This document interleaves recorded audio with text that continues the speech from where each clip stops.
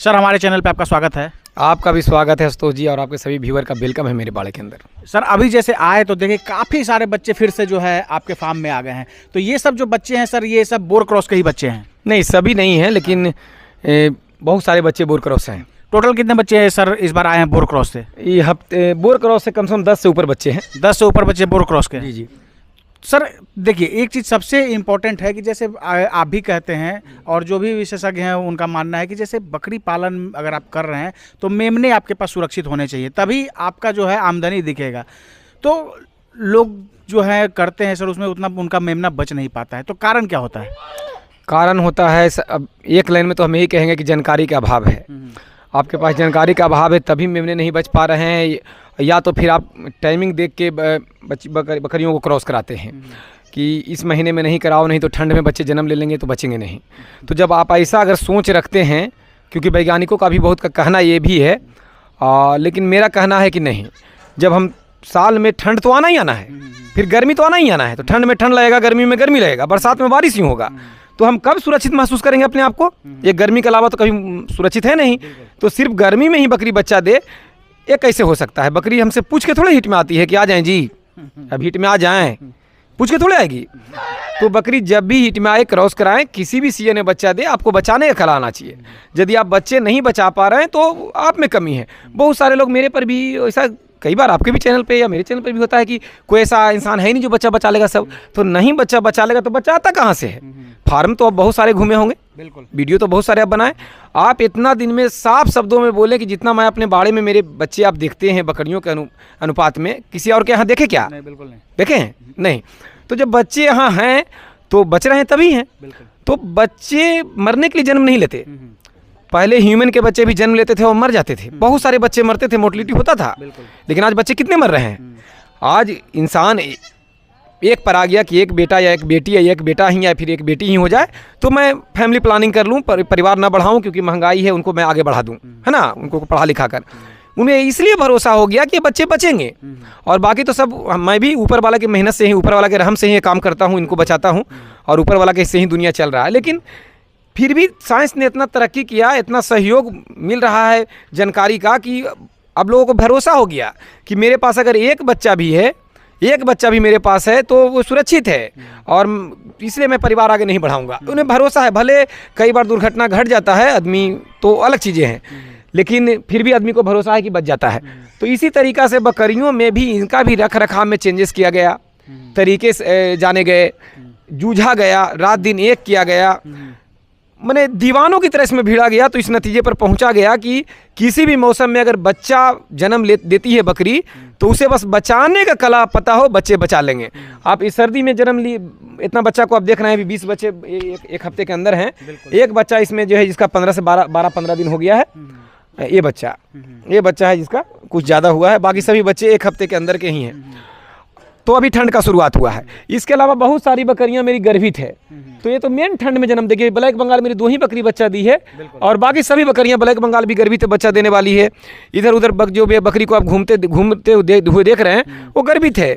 लगभग मान के चले तो 20 बकरी तो मेरा जल्दी में बच्चा देगी, उसके बाद भी बकरियां और गर्भित है। तो ये चैन चलता रहता है, क्योंकि अब जब आते हैं तो नए बच्चे जरूर देखते हो। बिल्कुल, जब भी आते हैं सर तो कुछ कुछ नए बच्चे आए रहते हैं। तो मैं कभी सीजन देख के नहीं चलता, बस बचाना जानता हूँ।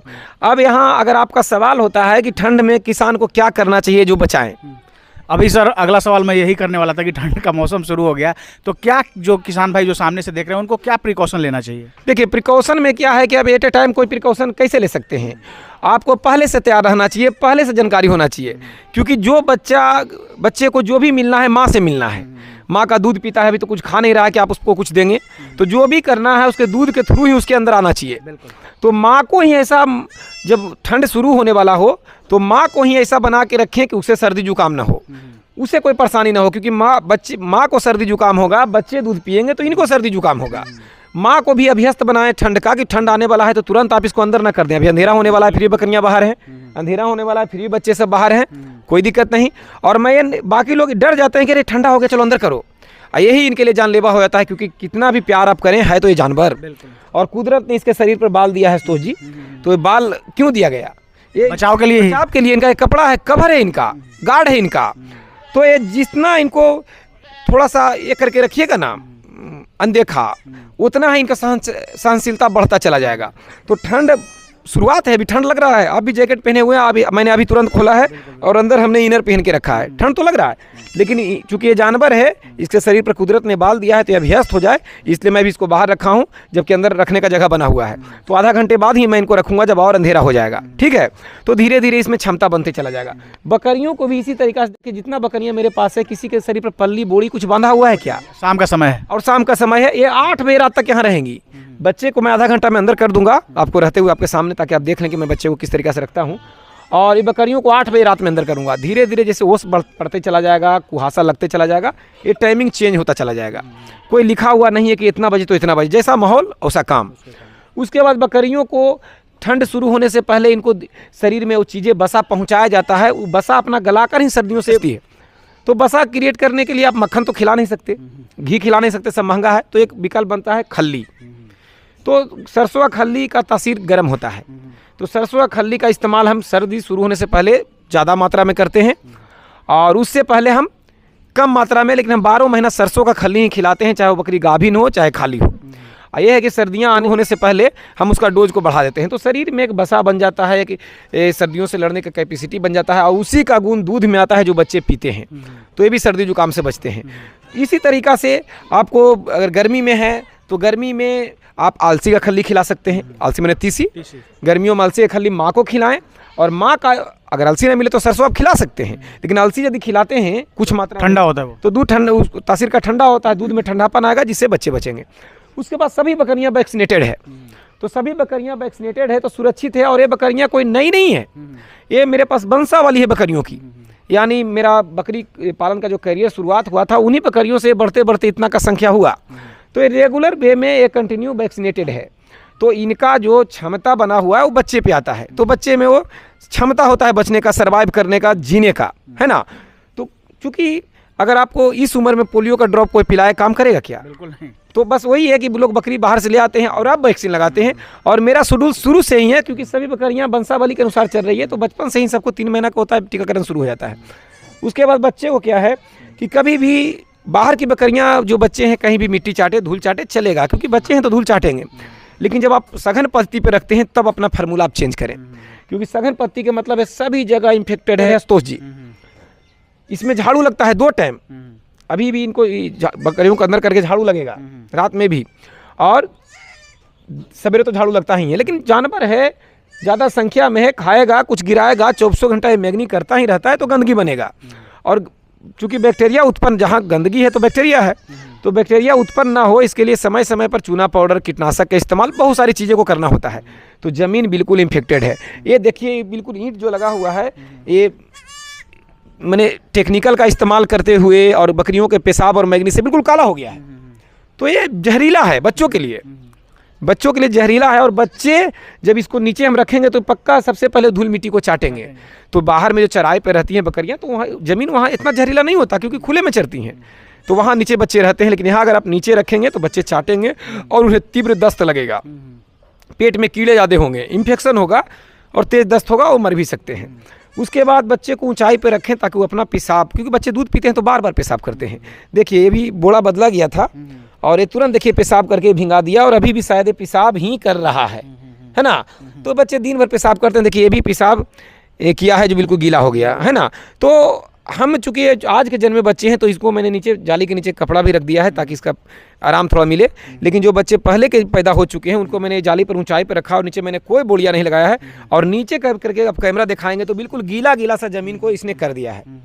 तो मैं ये बताना चाह रहा था कि यदि आप बच्चे को कहीं ऐसा जगह रखते हैं, बोरी बिछा के, लोग क्या करते हैं बोरी बिछाए बच्चे को रख दिए, ऊपर से ढक दिए, तो बच्चे तो पेशाब के, तो पेशाब तो आपका वही ना है, और उसी का अमोनिया गैस वापस उसके फेफड़े में आता है, जिससे बच्चे को चेस्ट इन्फेक्शन होता है और बहुत सारी बीमारियों का सामना करना पड़ता है, और बच्चे बचते नहीं हैं, मर जाते हैं। छोटे बच्चे के को अगर एक बार बीमार हो गए तो फिर आप उसको शायद ही बचा पाएँ।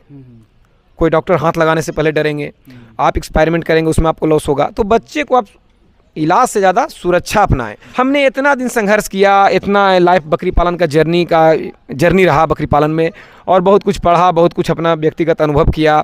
उसका जीता जागता सबूत है कि आप बच्चे देख रहे हैं, जब भी आते हैं कंटिन्यू बच्चे देखते हैं।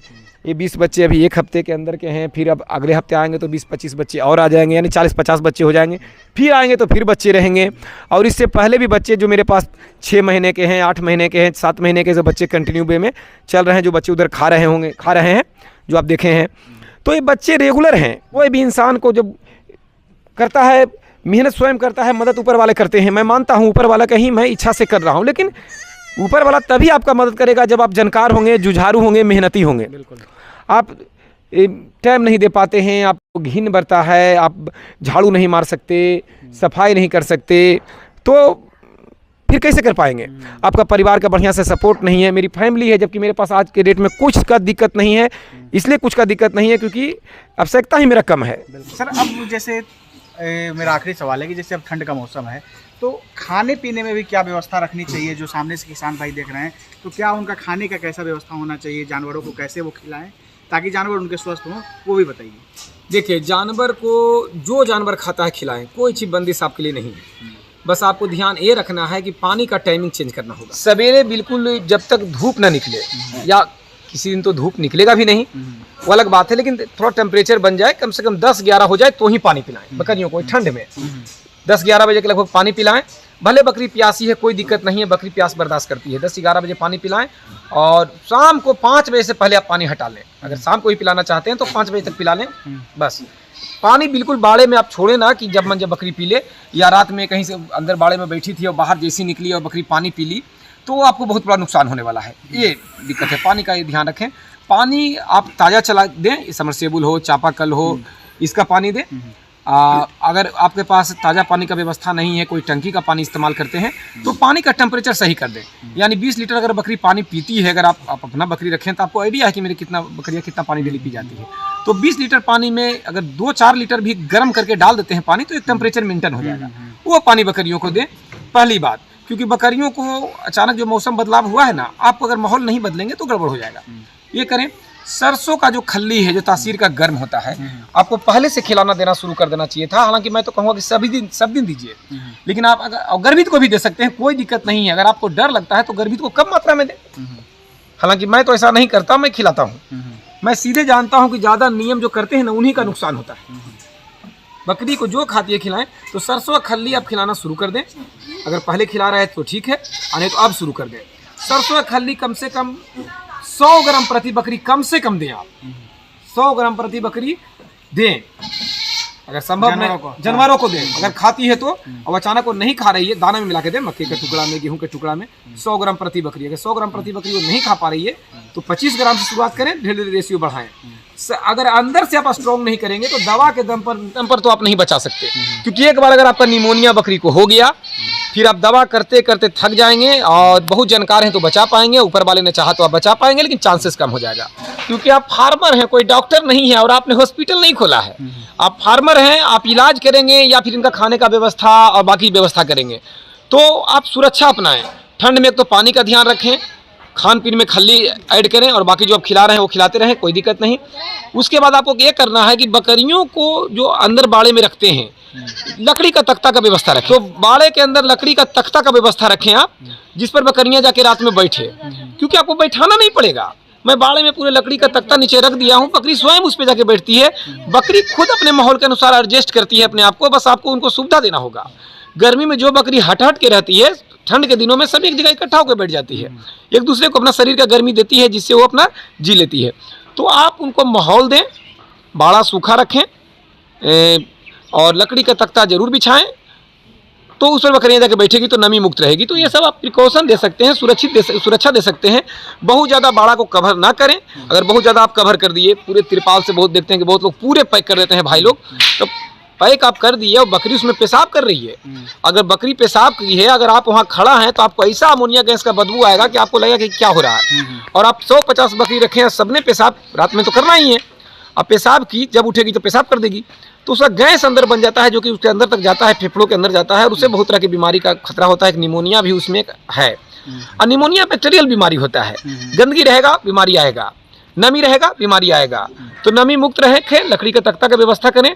जब आप तिरपाल गिराते हैं तो कुछ ऐसा व्यवस्था करें कि हवा उसमें आए जाए, वेंटिलेशन हो। हाँ वेंटिलेशन हो, कोई तरह की दिक्कत ना हो, उसको मैंने गैस अंदर ना बन पाए, तो कोई दिक्कत नहीं हो। ज़्यादा सुरक्षा देने की इनको जरूरत नहीं है, बस इनको एक माहौल दीजिए। जानवर हैं, कुदरत ने ये सोच के थोड़ी से धरती पर भेजा है कि तुमको कोई कम्बल उड़ाएगा, रजाई उड़ाएगा, निहाली उड़ाएगा। आदमी तो भाई परिवेश बदला, आदमी अपने आप को कोमल बना लिया, लेकिन इन्होंने अपना शरीर को उतना कोमल नहीं बनाया है। आप और हम इसे जबरदस्ती कोमल बना रहे हैं।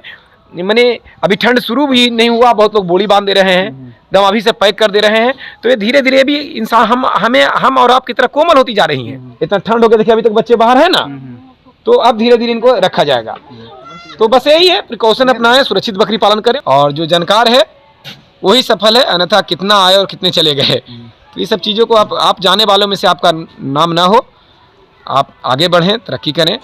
और बकरी पालन में चूंकि मैं हूँ और कोई दिखावा नहीं है, मैं बाड़ा मेरा रेगुलर चल रहा है, और मेरा चैनल है, आशुतोष जी के चैनल है, इस सब पर सब मेरा वीडियो लगातार देखते होंगे, तो है तब तो देखते हैं, नहीं रहता तो कहाँ से देखते। और है इसका मतलब मेहनत बंदा कर रहा है ना। तो यही कहूँगा कि ये लाभ का बिजनेस है, नुकसान का नहीं है। सर, जानकारी देने के लिए और समय देने के लिए आपका बहुत बहुत धन्यवाद। आपका भाई बहुत बहुत धन्यवाद आशुतोष जी, टाइम निकाल के आप भी आते हैं और मेरा जो बात है दर्शकों तक पहुंचाने की कोशिश करते हैं।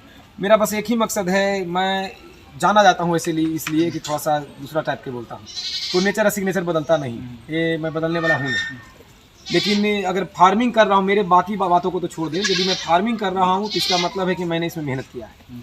और मैं चाहता हूँ कि जो किसान भाई, मेरे जो किसान मित्र हैं, चूँकि अगर आपका घर में एक वॉशिंग मशीन लाना हो आशुतोष जी, और 15,000 का अमाउंट लगता है ना, तो आप नहीं लाते हैं कि हाथ से खींच के काम चल जाएगा। 15,000 कहाँ से लगाएंगे हम साधारण आदमी। लेकिन एक बकरी लाने जाते हैं तो 15,000 लगता है, और वो लाते हैं क्योंकि इससे हम आगे बढ़ेंगे तो कई वॉशिंग मशीन हो जाएगा, यह सोच कर। और हम घर के जरूरत की चीज़ें नहीं लाते हैं और बकरियों पर खर्च करते हैं। और 10 बकरी भी ले आए तो 1.5 लाख हमने लगा दिया, और जानकारी के अभाव में हम नहीं बचा पाते हैं। तो बताइए कि हमारा कितना बड़ा माइंडली डिस्टर्ब हम हो जाते हैं कि एक तो हम उस पैसे को इसमें लगाए और हमारा लॉस हो गया। तो एक कच्चा व्यवसाय है, और कच्चा व्यवसाय में जानकार व्यक्ति ही टिक पाएंगे। तो उन जानकारियों को खट्टे मीठे रूप में आप परोसने का काम करते हैं अपने दर्शकों के बीच में।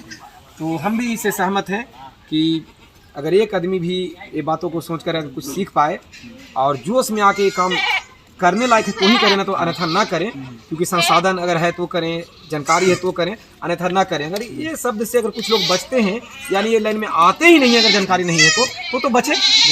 तो मेरा वीडियो सब इसी बेस पे होता है कि जो जानकारी अगर नहीं है आपके पास, अभाव है, संसाधन कम है, तो इस लाइन में नहीं आए। तो बहुत लोग बचते भी हैं कि नहीं भाई, जब ये कह रहे हैं कि ऐसे करने से लॉस होगा तो हम इस लाइन में जाते ही नहीं, तो बच रहे हैं।